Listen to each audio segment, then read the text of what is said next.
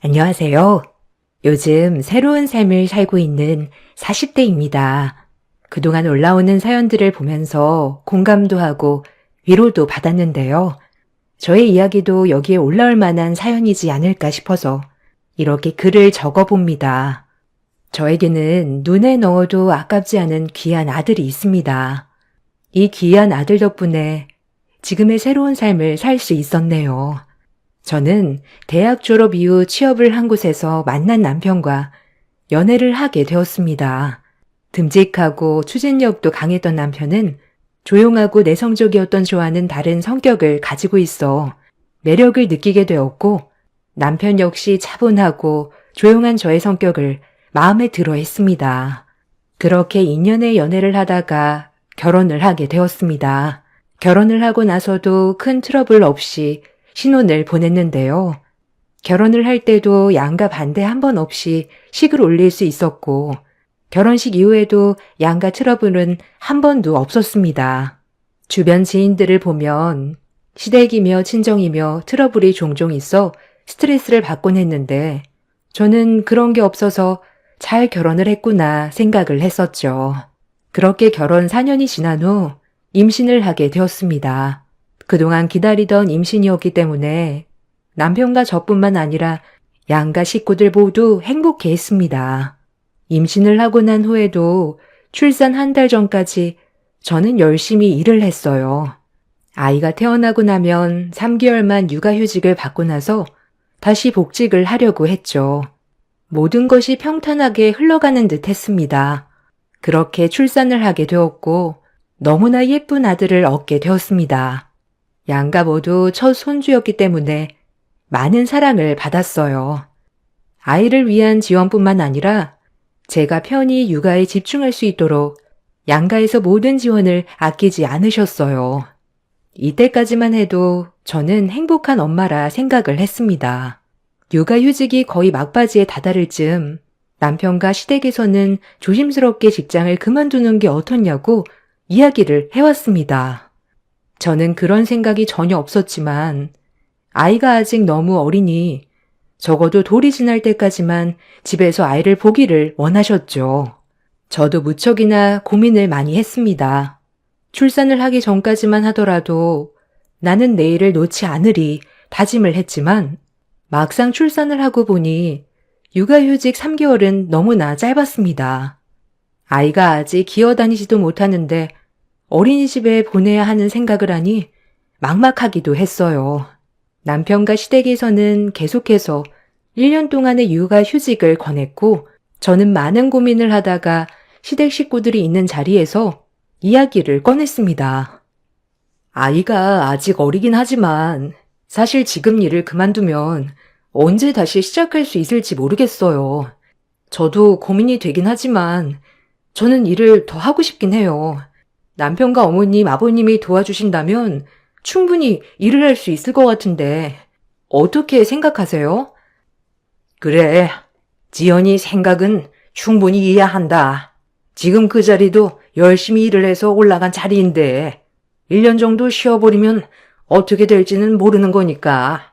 나도 손주가 태어나기 전에는 너의 말에 동의를 했는데 막상 아이를 보니 안타까운 마음이 드는구나. 우리가 도와줄 순 있지만 알다시피 우리도 생업이 있다 보니 항상 도와줄 수는 없는 게 현실인 것 같구나. 누군가가 아이를 봐야 한다면 그래도 엄마인 네가 낫지 않겠니? 그래 여보, 1년 정도만 쉬고 다시 취업을 하는 것도 괜찮을 것 같아. 그때 되면 나도 여유로울 것 같고 엄마 아빠도 많이 도와주실 거야. 거기다가 여보는 경력도 있으니까 1년 쉰다고 해서 취업하는데 어렵지는 않을 것 같아. 시댁과 남편뿐만 아니라 친정에서도 아직 어린아이를 두고 일을 시작하는 것은 힘들 것 같다며 말리는 분위기였습니다. 저는 고민을 하다가 1년을 더 쉬기로 하고 결국 다니던 직장을 그만두게 되었어요.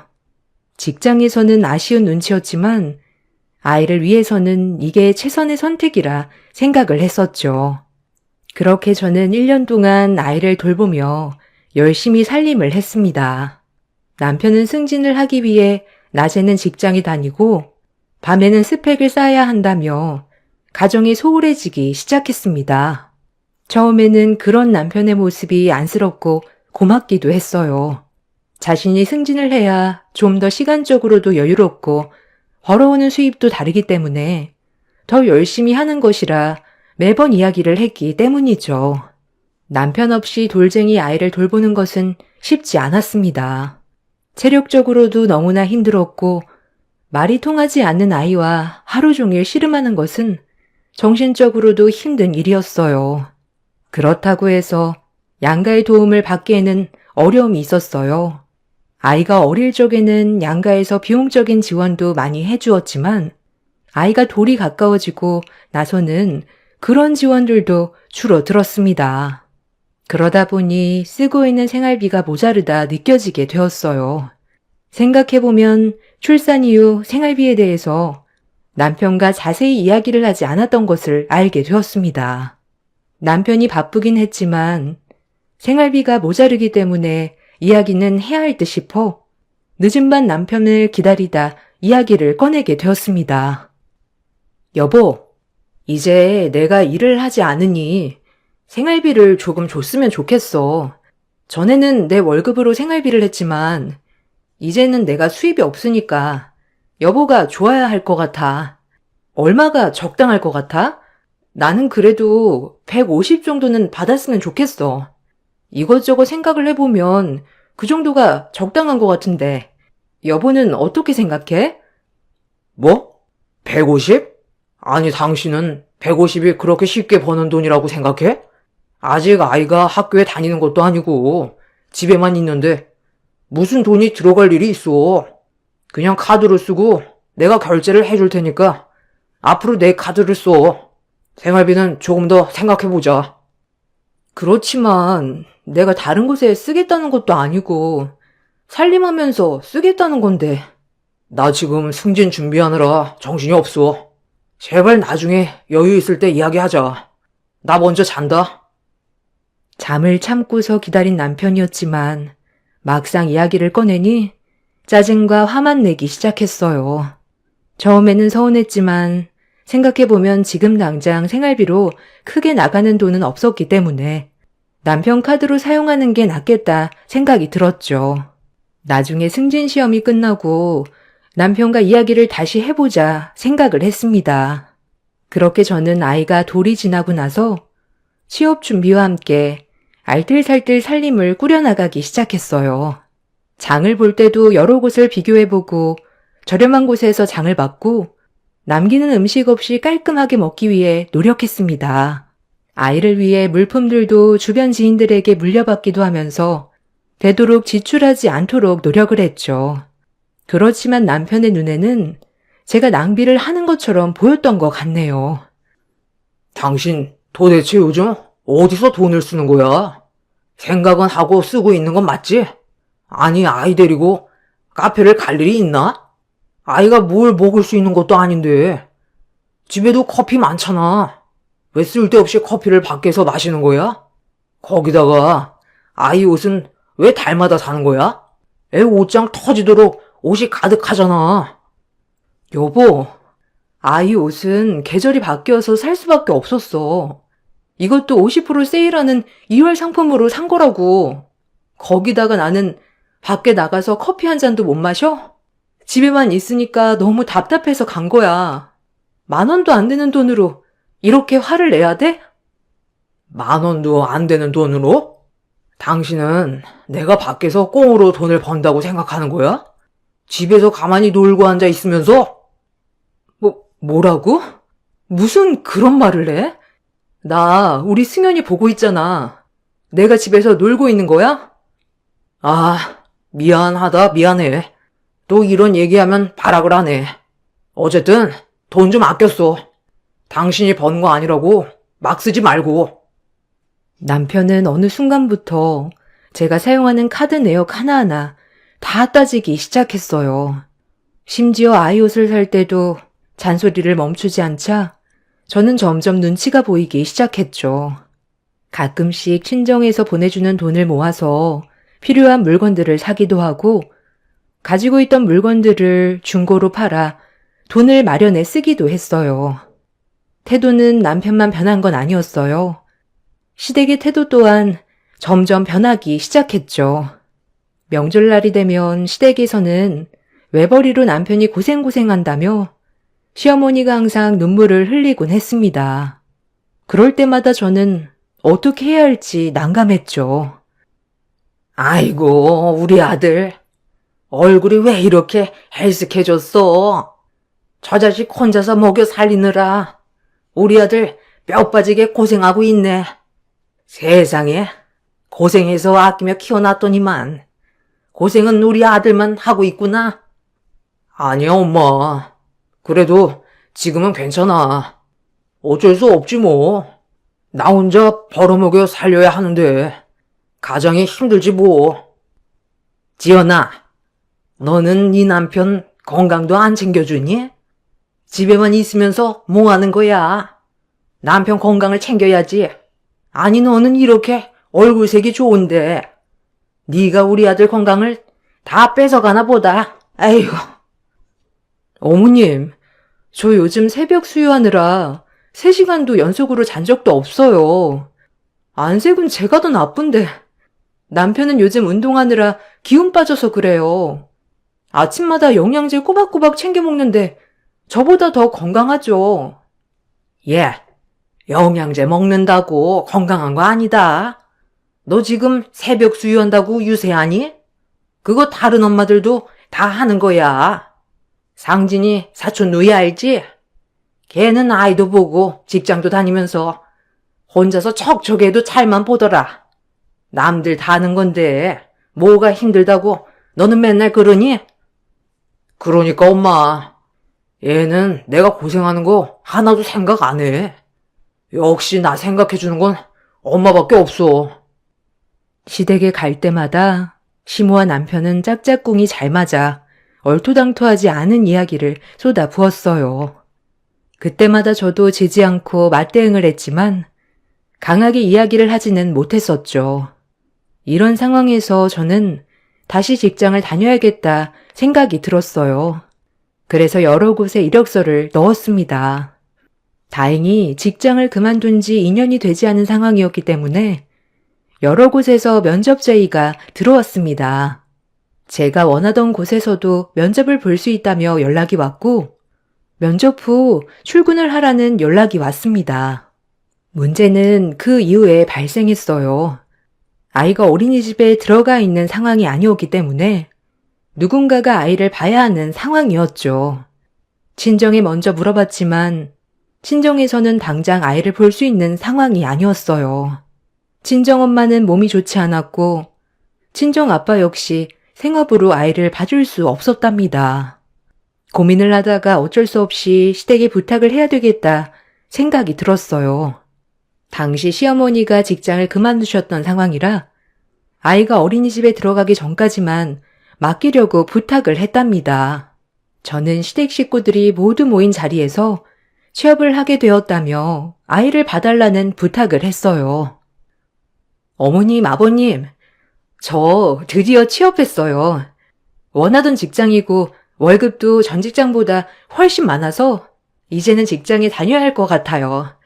아직 승현이가 어린이집에 입소가 되지 않았지만 취업하고 서류를 제출하면 금방 입소될 수 있다고 하네요. 3개월 정도만 혹시 아이를 봐주시면 안 될까요? 예, 내가 어떻게 아이를 보니? 이제 겨우 직장 조금 쉬고 있는데 나 다시 취업할 거다. 아이 봐줄 수 없어. 거기다가 아이가 이제야 돌이 지났는데 너는 이 어린아이를 어린이집에 맡기고 싶니? 적어도 3살까지는 엄마가 봐야 하는 거야. 너는 엄마가 된 게 그것도 몰라? 아니, 모성애가 없어도 이렇게 없을 수가 있니? 그래, 당신 어떻게 승현이를 어린이집에 맡길 생각을 해? 내가 밖에서 돈을 벌어오라고 했어? 아무런 상의도 하지 않고 취업을 했다고 통보를 하다니. 당신 엄마 맞아? 아직 말도 제대로 하지 못하는 아이를 두고 일을 하겠다는 생각을 어떻게 하냐? 정말 어처구니가 없다. 아무리 돈에 미쳐도 어린애 두고 돈 벌겠단 말이 나오냐? 돈에 미쳤다고? 지금 나한테 하는 소리야? 아니, 그러면 생활비를 줘. 생활비도 안 주고 카드 쓰라고 하면서 조금만 써도 닥달하는데 내가 숨이 막혀서 살 수가 있겠어? 당신 승진도 했고 전보다 월급도 많아졌는데 집에 가지고 오는 건 하나도 없고 그 돈은 뭐 하면서 쓰니? 어머님, 승현 아빠 생활비 한 번 줘본 적도 없어요. 그런데 제가 어떻게 앞으로 살림을 하겠어요? 저 그냥 취업할게요. 제발 어머님, 3개월만, 아니, 한 달만 승현이 봐주세요. 난 못 봐준다.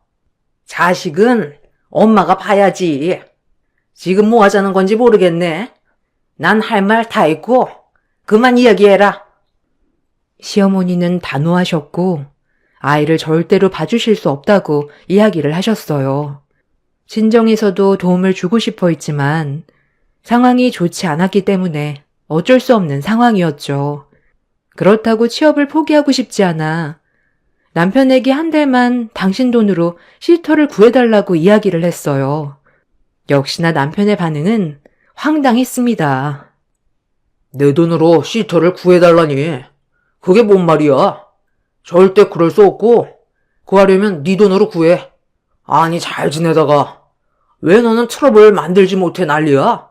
어휴, 진짜 내가 생활비 줄 테니까 생활비랑 카드 쓰면서 당분간 그냥 지내. 취업 생각하지 말고. 이번이 정말 좋은 기회란 말이야. 지금 지나면 나 다시 취업하기 어려울지도 몰라.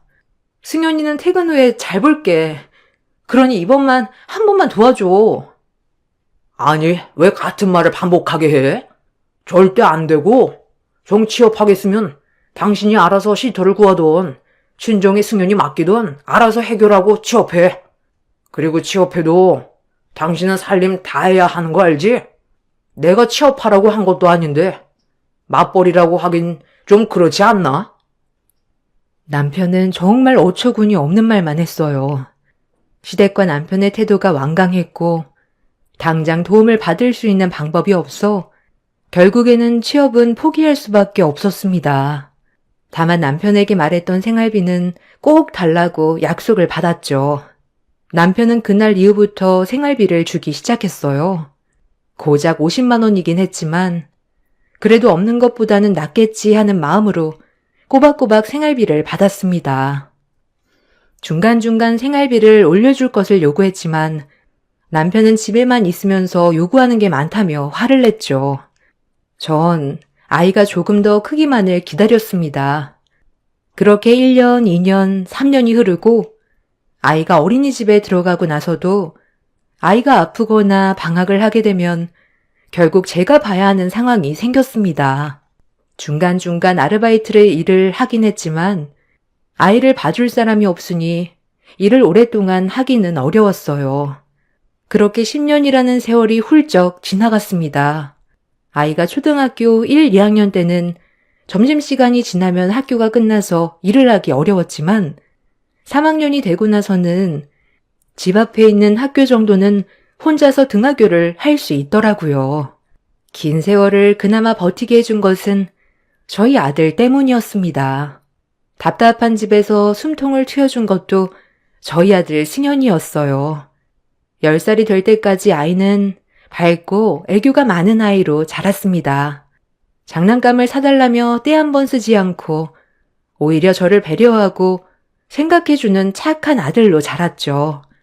거기다가 시댁에서 시어머니가 하는 황당한 말들에도 저 대신 대꾸해주기도 했습니다.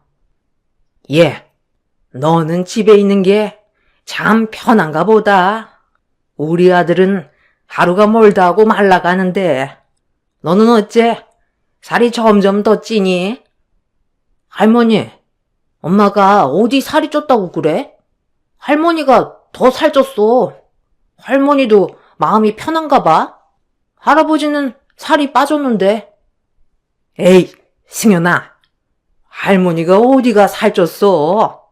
니네 엄마가 요즘 마음이 편하다고 이야기하는 거야. 할머니, 그렇게 말하면 기분이 나쁘니까 그럼 말하면 안 돼. 할머니는 어른이면서 그런 것도 몰라? 아니, 그게 아니고. 할머니, 그런 말 하면 친구들이 싫어해. 그런 말 이제 하지 마. 아들 승현이는 저를 대신해 막말하는 할머니에게도 대꾸를 해주며 저를 보호해 주었습니다. 아이가 이런 상황을 계속해서 경험한다는 게 마음 아프고 쓰린 일이기도 했지만 그러기에 저는 더 단호하게 결심을 해야 하겠다 생각이 들었어요. 아이가 10살이 되고 나서는 학원비며 이런저런 비용들이 많이 들어가기 시작했어요. 결국 생활비 50만 원으로는 부족하게 느껴져 남편에게 생활비를 더 달라고 이야기를 했습니다. 그렇지만 남편은 아무런 대꾸 없이 출근을 해 버리고 말았어요. 전화도 해도 문자를 남겨도 대답도 하지 않은 채 집도 들어오지 않았습니다. 답답한 마음에 저는 아들과 함께 남편의 회사로 찾아가게 되었습니다. 혹시라도 아들과 같이 간다면 남편의 단호한 태도가 바뀌지는 않을까 싶어 아이와 함께 아빠를 만나러 가자며 찾아갔습니다. 남편에게 다시 전화를 해보았지만 남편은 저의 전화를 계속해서 거절하기만 했어요. 하는 수 없이 저는 아이와 함께 남편의 직장 건물로 들어가 바로 앞에서 기다리고 있었습니다. 아이에게는 아빠 전화기 배터리가 없는 것 같다며 이야기를 했죠. 그렇게 문 앞에서 기다리니 화장실을 가려고 했는지 남편이 밖으로 나오는 것을 보게 되었어요. 저는 남편의 팔을 바로 붙잡고 이야기를 했습니다. 여보, 왜 전화 연결이 안 돼? 내일 급하게 이체해야 하는 돈이 있는데 이것 좀 해결해줘. 집에도 안 오고 그래서 아이 얼굴도 보여줄 겸 같이 왔어. 승현이랑 저녁이라도 같이 먹자. 아니, 여기까지 어떻게 왔어? 당신 제정신이야? 아이랑 같이 오다니? 지금 나 협박하는 거지? 정말 진짜 당신 대단하네. 아무리 돈에 미쳐도 직장까지 찾아오다니. 내가 어련히 알아서 주겠어? 집으로 돌아가. 여보, 지금 며칠 동안 당신한테 생활비 좀 더 달라고 이야기했잖아. 근데 당신은 내 말 들어주지도 않고 무시만 하는데 어떻게 가만히 있을 수 있겠어. 다른 것도 아니고 승현이 학교에 내는 돈이니까 지금 바로 입금해줘. 아니, 내가 달라고 하면 무조건 줄 수 있는 것도 아니고 무슨 당신 돈처럼 이렇게 당당하게 요구를 해? 카드 있잖아. 카드로 쓰고 없으면 당신이 알아서 해결해야지. 벌써 준 생활비 다 쓴 거야? 제발 좀 아껴 쓰라니까. 그 돈을 벌써 다 쓰다니. 대단하다 정말. 여보, 50만 원으로 어떻게 우리 생활비를 다 충당해. 당신 매달 나오는 카드값 반의 반도 안 되는 돈이야. 당신은 혼자서 우리 생활비에 몇 배는 쓰면서 어떻게 자식 먹고 자는 생활비에 이렇게 인색해? 다시 이야기 안 할 테니까 이번에는 꼭 내야 하니 바로 해결 좀 해줘. 아니, 못 준다니까. 돈 없으니까 꺼져. 남편은 화를 내면서 저에게 발길질을 하기 시작했어요. 자신의 팔을 놓아주지 않자 발길질로 저를 떼어내려고 했습니다. 곁에서 보고 있던 아이는 겁에 질린 표정으로 눈물만 흘리고 있었죠. 그러던 그때 앞쪽에 있었던 회장실 문이 열리더니 비서 한 분이 나오셨습니다. 저와 남편을 번갈아 보며 상황을 파악하시다가 갑자기 저희 아이를 보고 깜짝 놀라시더라고요. 그러더니 저에게 놀란 표정으로 이야기를 꺼내셨습니다. 어머나, 아주머니, 얘가 혹시 아주머니 아들이에요? 네? 네, 근데 무슨 일로? 어머, 드디어 찾았네. 회장님, 그분 드디어 찾았습니다. 비서님은 웃으며 소리를 지르고 회장실로 다시 들어가셨습니다. 얼마 지나지 않아 회장실에서 회장님이 나오셨습니다. 남편과 같은 직장을 다녔었기 때문에 저도 회장님의 얼굴을 알고 있었죠. 회장님은 눈물을 흘리시며 저희 아이에게 다가가 자신을 알아보겠냐며 이야기를 하셨습니다. 저와 남편 모두 회장님의 행동에 놀라 그 자리에서 멈추고 말았는데요. 아이는 곰곰이 생각을 하더니 환한 웃음으로 회장님에게 이야기를 하더군요. 아, 그때 그 할아버지시죠? 그때 쓰러지셨는데 괜찮으세요? 학교에 가야 해서 나중에는 저는 못 봤어요. 아, 그래. 네 덕분에 내가 지금 이렇게 살아있는 거야. 고맙다, 고마워. 이제 괜찮으셔서 다행이에요. 그때 네가 아니었으면 나는 여기 있을 수 있는 사람이 아니다. 정말 고마워.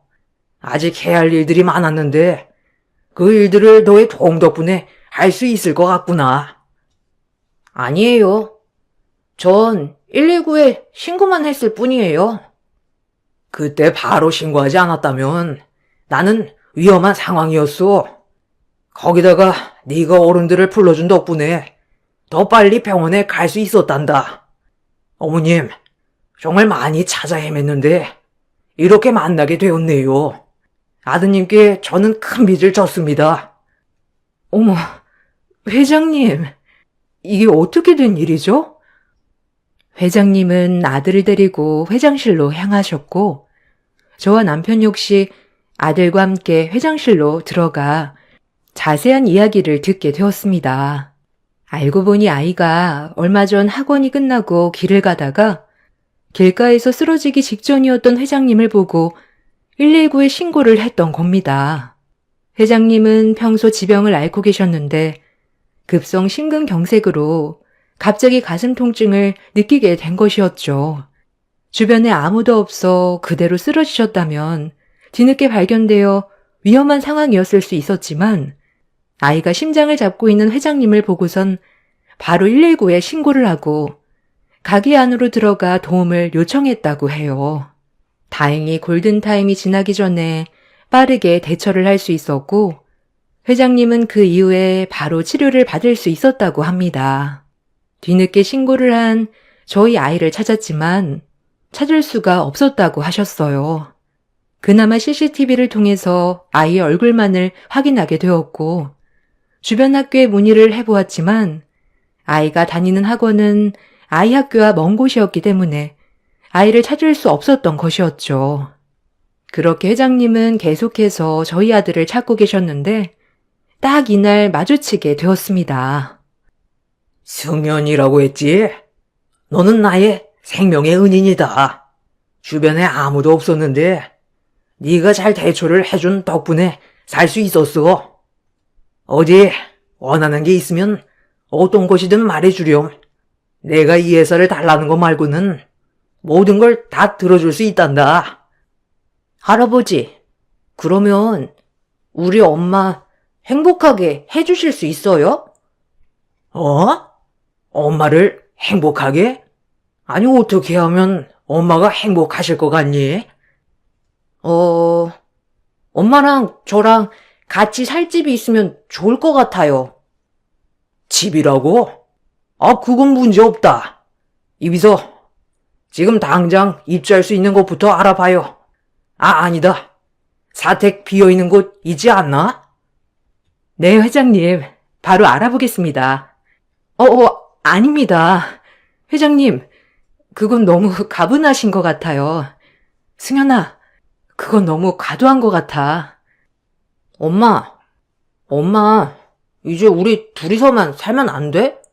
난 아빠랑 같이 안 살아도 좋아. 엄마가 행복했으면 좋겠어. 승현이 너 무슨 말이야? 아빠랑 안 살겠다니? 아빠는 엄마랑 나를 버렸잖아. 그런 아빠는 필요 없어. 아빠는 그런 거 아니야, 승현아. 할아버지, 엄마는 아빠랑 있으면 아파요. 제발 우리 엄마 행복하게 해주세요. 승현이는 울면서 회장님에게 저와 살 수 있는 집을 원한다며 이야기를 했어요. 아들이 얼마나 마음속으로 괴로웠을까 생각하니 마음이 찢어지는 듯 했습니다. 회장님은 이후에 저를 따로 부르시고 보답을 하고 싶으시다며 이야기를 하셨습니다. 정말 집도 주실 생각이셨지만 너무나 가분한 일이라 생각이 들어 계속해서 거절을 했습니다. 만곡히 거절을 하니 회장님께서는 한 가지 제안을 해 주셨습니다. 바로 지방에 있는 지정관리자로 취업을 하면서 그 지역 내 사택에 거주할 수 있도록 해주겠다는 제안이었습니다. 이번에 만나면서 저에 대해서도 알아보셨다고 이야기를 하셨어요. 10년이 지나기는 했지만 회사에 다닐 당시에는 여러 가지 프로젝트를 성공적으로 이끌었기 때문에 아쉬운 인재라 생각하셨다며 저에게 취업 제안을 해 오셨습니다. 저는 아들과의 대화를 끝으로 남편과의 관계를 마무리하기로 결심했어요. 더 이상 남편과 지내는 것은 저뿐만 아니라 아들에게도 못할 짓이라는 걸 알게 되었습니다. 아들, 엄마는 승현이가 행복해야 엄마도 행복해. 알지? 엄마가 아빠 때문에 힘든 거 다 알고 있어. 나는 괜찮아. 아빠가 없어도 엄마만 있어도 괜찮아. 엄마, 우리 다른 곳에 가서 둘이서 살자. 그래도 나는 괜찮을 것 같아. 고민을 하던 저는 회장님의 제안을 받아들였고 지방지정관리자로 취업을 하게 되었습니다. 10년 만에 새롭게 일을 하는 것이었지만 내일이 생겼다는 것이 마냥 기뻤습니다. 하루 종일 일을 해도 지친 줄 모르고 집중을 하게 되었죠. 아들 승현이도 바쁜 엄마를 항상 응원해 주었습니다. 남편과는 별거를 시작으로 이혼을 준비하게 되었어요. 시댁에서는 계속해서 연락이 왔습니다. 자신의 핏줄을 제가 데리고 간다며 매일같이 폭언을 퍼부으셨습니다. 그간 아무리 부탁을 해도 아이가 10살이 될 때까지 한 번을 봐주지 않으셨지만 그건 하나도 생각이 나지 않으시는지 자신들의 핏줄이란 말을 아무렇지 않게 하셨네요. 저는 당당히 남편 핏줄이 아닌 제 핏줄이라 이야기를 하고 차단을 했습니다. 그동안의 남편의 행동을 봤을 때 문제없이 수월하게 이혼을 받아들일 거라고 생각을 했는데 역시나 남편은 끝까지 찌질했습니다. 당신 이럴 거 알고 회사로 찾아온 거지? 지금 내가 얼마나 난처한지 알기나 해? 이거 다 당신 탓이야. 어떻게 할 거야? 내 탓이라니. 이건 모두 당신이 저지른 일이야. 그러길래 평소에 잘했어야지. 오죽하면 하나밖에 없는 아들이 아빠가 필요 없다는 이야기까지 하겠어. 내 탓이라고? 그래, 당신은 항상 내 탓만 해왔었잖아. 죽을 때까지 내 탓하면서 살아. 난 눈 하나 깜짝 안 하고 살 테니까. 당신 이렇게 독한 사람이었어? 내가 생활비 더 줄게. 더 줄 테니까 이러지 말자. 생활비? 고작 몇 푼 더 주고 살자고? 나 더 이상은 못해. 우리 승현이 때문에 참아왔지만 승현이가 못 참겠다는데 나도 더 이상 참을 필요는 없을 것 같네. 끝내자, 제발. 끝내? 뭘 끝내? 나는 생활비 달라는 거 줬고 열심히 일한 죄밖에 없어. 외벌이로 나 혼자 뼈 빠지게 돈 벌었는데 왜 당신만 억울한 척해? 이 가정은 나 때문에 유지된 거지. 당신이 한 게 뭐가 있어? 그래, 역시 당신은 끝까지 이기적이네. 어디 한번 끝까지 버텨봐. 이혼을 결사반대하는 남편 때문에 저는 더 철저하게 자료를 준비했습니다. 이혼을 생각하고 있다는 소식이 비서실장님을 통해서 회장님 귀에 들어가게 되었고, 회장님은 제가 필요한 법적인 도움을 주시기도 했습니다. 남편에게는 그동안 생활비를 50만 원만 주었던 내역, 가정이 소홀했던 것, 폭언뿐만 아니라 당시 저에게 발길질을 했던 CCTV 등의 증거 등을 토대로 이혼을 청구하였습니다.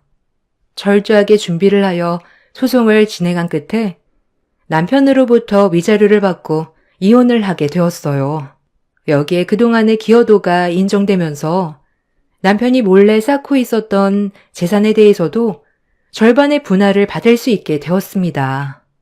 여기에 이혼하면 절대로 줄 수 없다던 아이 양육비는 회장님 지시하에 월급에서 바로 지급이 되는 것으로 처리가 되었네요. 지금은 아이도 학교에 잘 적응하고 다니고 있습니다. 50만 원 생활비를 받고 살았던 그때와 비교를 해보면 지금은 몸도 마음도 편안하게 저도 잘 지내고 있네요. 살면서 인과응보는 없는 일이구나 생각을 했었답니다. 아무리 노력해도 그걸 알아주는 사람은 없을 거라 생각을 했었죠. 그렇지만 제 노력을 알고 있는 사람이 있었네요. 바로 저희 아들이요. 저희 모자는 꿋꿋하게 잘 지내고 있답니다. 앞으로는 더 좋은 일들만 가득할 거라 생각이 드네요. 긴 이야기 들어주셔서 감사합니다. 안녕하세요. 늘 사연만 들어보다 저도 용기 내어 제 사연을 적어 보냅니다. 저는 서울에 사는 30대 워킹맘입니다. 저는 남들보다 일찍 남편을 만나 20대 중반에 결혼을 하여 지금은 아이가 9살입니다. 저는 어려서 정말 가난한 집에 일남 이녀 장녀로 태어났어요. 요즘 세상에 얼마나 가난할까 싶겠지만 아빠도 일용직에 계시고 엄마도 식당 일을 하셨지만 살림살이는 전혀 나아지지 않는 집이었습니다. 아빠께서 빚 보증을 잘못 써 갚아도 밑빠진 독에 물붓기였죠. 어렸을 땐 엄마 아빠 원망을 참 많이도 했네요. 덕분에 초등학교부터 기초생활 수급자였기 때문에 급식은 늘 공짜로 먹었어요. 항상 학기 초가 싫었어요. 저희 때만 해도 가정신문에 가족 구성원, 부모님 직업, 소득을 적어내야 했는데 전 기초수급자였기 때문에 학기 초가 너무 싫었네요. 그렇게 가난했던 초등학교 시절 우유 하나를 너무 먹고 싶은데 먹지를 못해 눈물을 삼켰던 적이 많았습니다. 그렇게 졸업을 하고 중학교에 가서 중학교부터는 부모님 동의하에 아르바이트를 하게 되었어요. 아르바이트라고 해봤자 음식점, 설거지, 패스트푸드점에서 햄버거 만들기 등등 정말 갖은 일은 다 했네요. 부모님은 이런 저에게 미안해했지만 조금이라도 제가 용돈을 벌어야 학교에서 필요한 준비물이라든지 수학여행비 등등 될 수 있었죠. 의무 교육인 중학교 생활이 끝이 나고 고등학교는 학비를 내야 했기 때문에 학교를 포기할 수밖에 없었죠. 남들은 당연히 가는 학교를 저는 집안 형편을 고려하여 포기할 수밖에 없었습니다. 공부에 뜻이 많았던 것도 아니었기에 그때 당시엔 학교 생활보다는 돈을 많이 벌 수 있는 길을 가자라고 생각하여 쉽게 포기했습니다. 엄마 아빠는 저에게 미안해 하셨지만 말리지는 않으셨어요. 아무래도 저뿐만 아니라 동생들 학비에 집안 생활비까지 합치면 늘 마이너스인 집이었으니까요. 저는 중학교를 졸업하자마자 미용 기술을 배우러 서울로 올라갔습니다. 서울에 있는 큰 미용실에 취직을 하면 기숙사도 제공해 주기 때문에 선택했던 것이었죠. 저는 그렇게 서울로 상경하게 되었어요. 아무것도 모르는 17살에게 서울살이는 만만치 않은 곳이었습니다. 어리다고 결코 봐주지 않는 세상이었죠. 저는 17살에 미용실 인턴으로 들어가서 산전수전을 다 겪었지만 집에 조금이라도 보탬이 될 수 있어서 참을 수 있었어요. 그렇게 2년 후 저는 디자이너로 진급하게 되었죠. 19살이란 이른 나이였지만 미용은 나이가 중요하지 않았기에 가능했어요. 제가 디자이너로 일하면서 그래도 많은 손님들이 와준 덕분에 형편은 더 나아졌습니다. 그렇게 디자이너로서 경력을 쌓고 저는 20대 초반이 되었습니다. 집에 있는 동생들도 학교를 병행하며 아르바이트를 하는 덕분에 저희 집은 예전보다 더 나아졌어요. 그나마 제가 숨을 쉴 수가 있었네요. 그렇게 마음에 여유라는 것도 생기고 남자친구도 생겼어요. 그 사람이 바로 지금의 남편입니다. 처음엔 손님으로 만났다가 자주 보다 보니 밥도 먹게 되고 자연스레 연인이 되었어요. 너무 행복한 하루하루였습니다. 일평생 챙김을 받아보지 못했었는데 처음으로 챙김이란 걸 받아봤었죠. 나이는 어렸지만 이 남자와 결혼을 하고 싶다라는 생각이 간절할 무렵 남자친구에게 프로포즈를 받게 되었네요. 남자친구 집안은 교수 집안이라고 하였습니다. 처음엔 겁이 덜컥 났죠. 그래서 그 얘기를 듣자마자 헤어짐을 고하게 되었어요. 왜냐면 앞날이 너무 뻔했으니까요. 아빠 엄마가 교수지. 내가 교수가 아니잖아. 난 그냥 평범한 회사원이야. 그게 내가 너랑 헤어질 이유가 되나? 오빠, 알잖아. 나는 배운 것도 없고 고등학교도 못 나왔어. 그런 나를 부모님께서 좋아하실까? 너무 앞날이 뻔하잖아. 내가 부모님은 설득할게. 너한테 상처 안 가도록 할게. 나만 믿어줘. 넌 그냥 내가 하자는 대로 따라오면 돼. 걱정하지 마. 남자친구는 자기만 믿고 따라오라고 했지만 그 길로 남자친구 어머님이 샵에 찾아오셨습니다. 아주 화가 난 채로 말이죠. 여기 김미애 씨라고 있나요? 김미애 씨 좀 뵙고 싶은데 좀 안내해 주실 수 있을까요? 아, 재훈이 엄마라고 전해주세요. 어머, 안녕하세요, 어머님. 김미애라고 합니다. 제가 먼저 인사를 드렸어야 했는데 이렇게 찾아오게 해서 죄송합니다. 제 말이 끝나갈 무렵 다짜고짜 어머님은 저에게 물을 뿌리셨어요. 그리고 화가 머리끝까지 난 채로 살벌하게 말씀하셨어요. 더 이상 길게 말 안 할게요. 연애하는 건 뭐 자유니까 상관 안 할게요. 우리 집 유서 깊은 집이에요. 어디 남의 머리나 만지는 주제에 이 집에 발을 들이려고 해? 정신 차리라고 알려주려고 온 거예요. 참고로 내 남편 나 그리고 재훈이 누나 그리고 재훈이 형까지 지금 교수예요. 재훈이 형은 박사과정 받고 있지만 이대로만 간다면 교수 임용은 문제없고 재훈이만 평범한 회사원 같죠? 재훈이가 다니는 회사가 일반 회사 같아? 자그마치 삼성이야, 삼성. 우리 집 수준 알겠어? 어질감이 명함을 내밀어? 드라마에서 보던 일이 벌어졌습니다.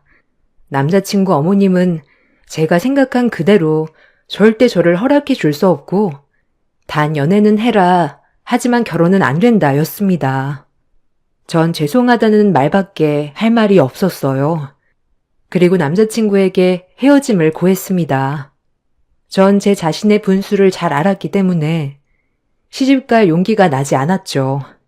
불행인지 다행인지 남자친구는 제가 헤어짐을 고한 순간부터 식음을 전폐했기 때문에 결혼을 할 수 있었어요.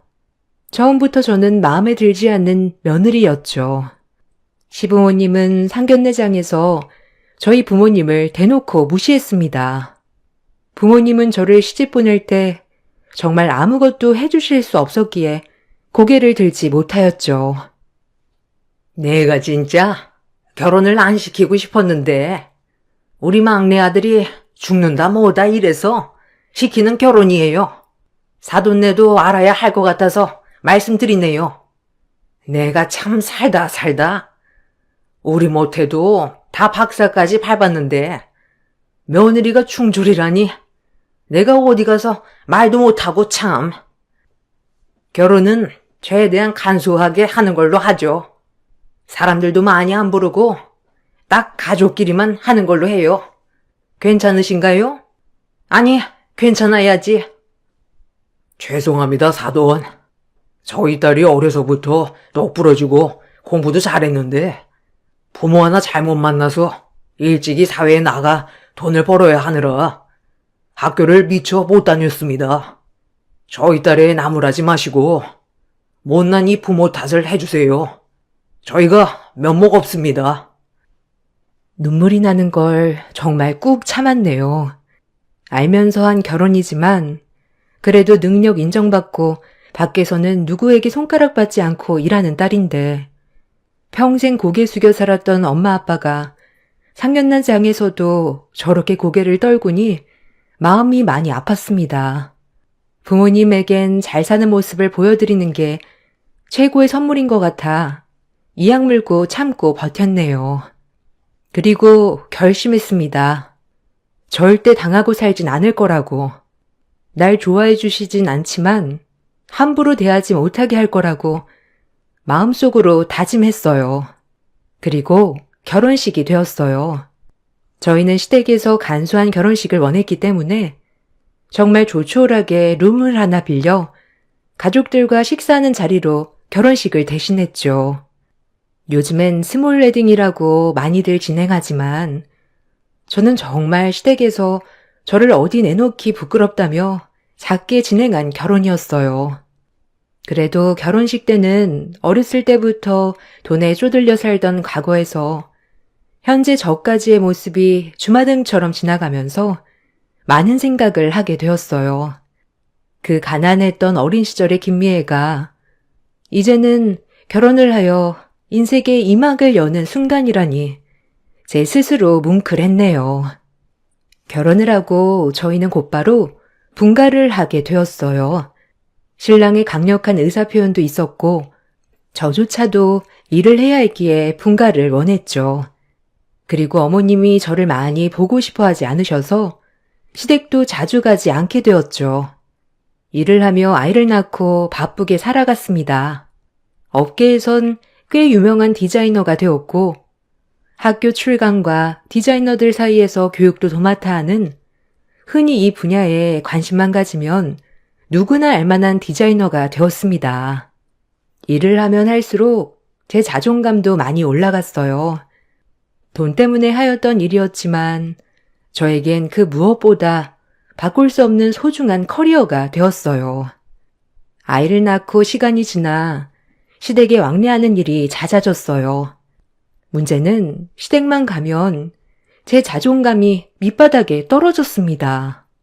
어머님, 아버님, 누님과 아주버님은 제가 모르는 영어로 저를 꼭 농락하듯이 대화했죠. 드라마에서 보는 재벌가의 행포처럼 말이죠. 하지만 저도 보통 멘탈은 아니었기에 악착같이 영어 공부에 매진했습니다. 그리곤 그 대화에 낄 수 있었죠. 시부모님은 혀를 내둘렀습니다. 마음에 들지도 않았는데 독하기까지 했으니 늘 미움은 따놓은 당상이었어요. 어려서부터 오기, 도끼 빼면 시체였기에 꾹 참고 견뎌냈네요. 너 진짜 독하다.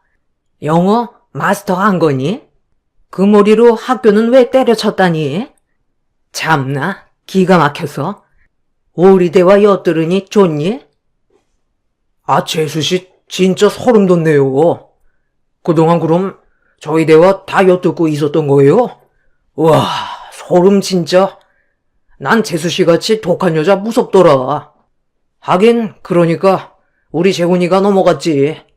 재훈이 쟨 어려서부터 센 여자 좋아했다니까. 그럼 이제 프랑스어를 해야 하나? 아주 우리가 재훈이 쳐 무서워서 어디 대화를 하겠어? 좀 모른 척 할 줄도 알아야지 참나. 아니요. 프랑스어로 하시면 프랑스어도 공부할 거고요. 독일어로 하시면 독일어도 공부할 거예요. 저도 이 가족의 구성원이니까요. 다들 할 말을 잃으셨지만 밖에 나가면 아주 똑소리 나는 저였기에 어려운 사이였어도 예의를 벗어나지 않는 선에선 늘 할 말은 하고 살았네요. 그래서 더더욱 시댁에서 미움을 샀어요. 저와 별개로 저희 딸은 시댁 식구들을 따랐기 때문에 종종 시댁에서 자고 놀고 오곤 했어요. 그래도 하나밖에 없는 손녀와 조카였기 때문에 제가 미움받는 것과는 다르게 딸아이를 예뻐해 주셨죠. 그런데 딸이 커갈수록 시댁에서 놀고 오면 시댁에서 있었던 모든 일들을 저에게 말해주기 시작했어요. 여자아이라 그런지 수다스러웠답니다. 저는 딸아이에게 시댁에서 놀고 온 얘기를 듣고 배꼽 잡고 웃는 날도 많았답니다. 말만 교수 집안이고 제 앞에서 그렇게 고상한 척 우아한 척 하지만 그들도 사람인지라 아버님과 어머님은 부부싸움이 늘 잦았으며 삼촌은 매일 통화하는 여자친구가 바뀌는 것 같다. 고모는 노처녀라 매일 선을 본다 등등 아주 재밌었어요. 약간 인간미가 느껴졌달까? 아직 딸아이가 어렸기에 듣는 말을 전부 다 전달하는 느낌이어서 저도 집에서 절대적으로 말조심을 해야겠다고 많이 느꼈네요. 그리고 시간이 흘러 저에게 대구력 사건이 펼쳐지네요. 시집 와서 지금까지 무시란 무시는 다 당하고 살았지만 아주버님이 결혼할 와이프분을 데리고 오면서부터 시어머님은 저를 못마땅해 하는 게 더 심해졌습니다. 아주버님이 결혼할 와이프분은 음대를 나와 박사 과정을 받고 음대 교수를 하고 있다고 했어요. 아주버님도 교수를 하고 있다 보니까 같은 학교에서 만나 결혼을 하게 되었던 것이죠. 교수 집안에 교수 며느리가 들어온다고 하니 집은 경사 그 자체였습니다. 저도 하나의 그냥 멋진 직업으로 봐주셨으면 좋았을 테지만 어머님 아버님께 저는 그냥 정말 마음에 안 든 학교 때려친 미용사 그 이상 그 애도 아니었네요. 아유, 어서 와요. 우리 집은 처음이죠? 어쩜 이렇게 고울까? 음대 전공이라 그런지 우화가 철철 넘쳐 흘러. 나랑 재훈 아버지도 교수라 우리가 이 계통에 대해 잘 알잖아. 원래 사람은 말이 통해야 하는 법이거든. 우리 딸도 교수고 우리 막내 아들은 대기업 다녀요. 내가 이런 며느리를 정말 꿈꿔왔는데 이제라도 와줘서 너무 고마워요. 얼른 앉아요, 앉아. 네, 어머님, 말씀 편하게 하세요. 저도 이렇게 뵙게 되어서 영광입니다. 현식 씨한테 말씀 많이 들었어요. 인상이 너무 좋으셔요. 형님도 이 집 어른들과 약속이나 한 듯이 저를 그냥 지나치더군요. 아무래도 아주버님에게 제 얘기를 들은 것 같았습니다. 그래서 저 또한 참 그나물의 그 밥들이다 라고 생각했네요. 집에서 식사를 하며 대화는 무르익어갔고 어머님 아버님 깔깔거리며 얘기하는 걸 너무 오랜만에 배워서 기분은 좋았네요. 하지만 저를 은근 무시하는 태도는 변하지 않았지만요. 역시 집안에 격이 맞는 사람이 들어오니 화기애애하고 분위기가 참 좋아. 이래서 옛 어른들이 격식을 따지는 거야. 그러니깐요. 저도 현식 씨한테 얘기 들은 대로 어머님 아버님과 말이 너무 잘 통하는걸요? 전 아이를 낳아도 교육자로 키우고 싶어요. 아무래도 교육자 집안은 교육자가 나오고 의사 집안은 의사가 나오듯이 고색이 맞춰져야 하지 않겠어요? 역시 네가 말이 통하는구나. 이래서 정말 다르다니까. 내가 또 한 번 느낀다. 안 그러니? 교수 며느리라니. 이게 우리 집이지. 그들끼리 짜고 치는 장단을 보고 있자니 부글부글 끓었지만 대꾸하지 않았네요. 어차피 말하면 무시할 게 뻔하고 딸아이도 있고 괜한 불난 만들고 싶지 않았거든요. 형님이 되실 분과 어머님 아버님은 죽이 참 잘 맞아 보였어요. 그들이 원한 세상이구나 싶으면서도 그들이 말하는 대화도 유치하기도 하고 웃음이 났네요. 얼른 시간이 지나가길 바라고만 있었어요. 그리고 형님 되실 분은 저녁을 다 드시고 저와 일하는 아주머니가 뒷정리를 하고 있는데 과일을 직접 깎으신다고 주방에 들어오셨습니다. 그 청담동에서 디자이너 한다고 했죠? 예약해야 되겠네요. 청담에서 하는 거니까 당일 예약은 안 될 테고 언제쯤 괜찮나? 아, 네네. 머리 하시게요? 제가 화요일, 토요일은 쉬는 날이라 그 뒤만 피해서 오시면 되는데 언제쯤 오시겠어요? 제가 미리 예약을 해드릴게요. 오시기 편하실 거예요. 언제든 시간 나시면 연락 주세요. 제가 시간은 빼놓을게요. 말씀만 해주세요. 아, 그럼 다음 주 수요일 정도 괜찮을까요? 이제 앞으로 자주 보는 사이가 될 텐데 미리미리 알아가자고요. 뭐 적당히 맞춰가며. 사실 저는 예약하기 힘든 디자이너입니다. 그래도 가족이고 잘 지내보고 싶어서 얼른 예약해드렸죠. 형님은 뭔가 묘하게 날선 말투였어요. 그래도 대수롭지 않게 넘겼어요. 그 특유의 잘난 척하는 사람들의 말투였으니까요. 너무 익숙해서 그거의 하나라고 생각했네요. 과일을 먹을 때도 저에게 눈길 한번 안 주던 예비 형님과 시댁 식구들이었어요. 어머님의 처음 보는 눈빛과 말투에 두 번, 세 번 놀랐네요. 그렇게 예비 형님은 집에 가시려고 하였고, 예비 형님이 가시고 저희도 뒷정리를 하고 집으로 왔습니다. 그래도 우리 형이 장가를 가다니 참 놀랄 일이다. 절대 결혼은 안 할 줄 알았는데 그래도 짝이 있는 것 같아 신기해. 그러게. 아주버님은 즐기는 거 워낙 좋아하시는 분이니 결혼은 더 늦게 하실 줄 알았는데 생각보다 빨리 결혼하시네. 저희 아주버님은 제 입으로 말하기 좀 그렇지만 엄청난 바람둥이거든요. 여자친구들도 많이 바뀌고 눈도 높아 결혼은 정말 늦게나 하실 줄 알았는데 생각보다 빨리 결혼할 여자를 데리고 와서 놀랬어요. 바람둥이라는 사실도 딸아이 입을 통해 알았죠. 매일 통화하는 이모들이 바뀐다부터 한 번은 삼촌이랑 놀러 나갔다고 바뀐 이모들도 많이 봤다고 하네요. 직업도 교수이고 얼굴도 훈훈하셨기 때문에 여자들이 따르는 건 당연한 일이었죠. 그렇게 시댁 모임을 뒤로 한 채 시간이 흘렀어요. 어느덧 예비 형님이 머리를 하러 오신다는 날이 다가왔죠. 은근 스트레스였습니다. 그때 잠깐 보니 어머님과 비슷한 성향을 가지고 계셨던 터라 조금 피곤했거든요. 그래도 가족이 될 사이였기에 최대한 티내지 말자 했네요. 형님이 오시고 방문하실 때부터 역시 형님이 형님 했습니다. 결혼한 지 이제 7년이 되었기에 시댁 분위기도 나름 적응했다고 생각했는데 형님까지 합세한다고 생각하니 머리가 아파왔지요. 처음 오자마자 형님은 저희 직원을 하대하며 바로 분위기를 망쳤습니다. 여기 가방 좀 받아줘. 오늘 김미애 부원장한테 나 왔다고 전해줘요. 아, 정신없어. 바쁘네 샵이. 조용조용 할 줄 알았는데. 혹시 2시에 예약하신 윤채린 씨 맞으세요? 부원장님 안내해드릴게요. 이쪽으로 오실게요.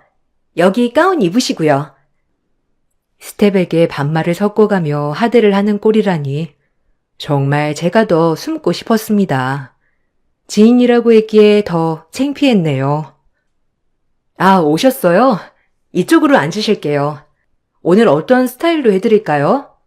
형님은 숱도 많아서 레이어드 컷하고 펌하면 예쁘실 것 같은데? 아, 뭐 그렇게 해줘요. 말 놔도 되죠? 어차피 손아래 동서들 사이인데 뭘 안 그래요? 그럼 미애 씨 말대로 머리 해줘. 네, 그럼요. 예쁘게 해드릴게요. 여기 샴푸 좀 먼저 할 거라서 샴푸실로 가실게요. 윤성님, 여기 샴푸 좀 해주세요. 아, 나 다른 사람이 내 머리 만지는 거 싫은데.